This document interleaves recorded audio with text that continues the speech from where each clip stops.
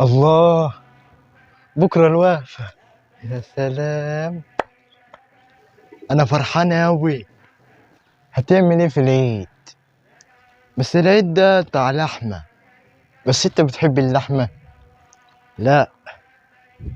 خلاص بقى يا عم، بكرة الوقفة بقى ونفرح بقى ونصلي بقى العيد بقى ونفرح بقى ونطلع الصبح. يا سلام يا سعيد، يا سلام. عيد أضحى مبارك، عيد فرحة.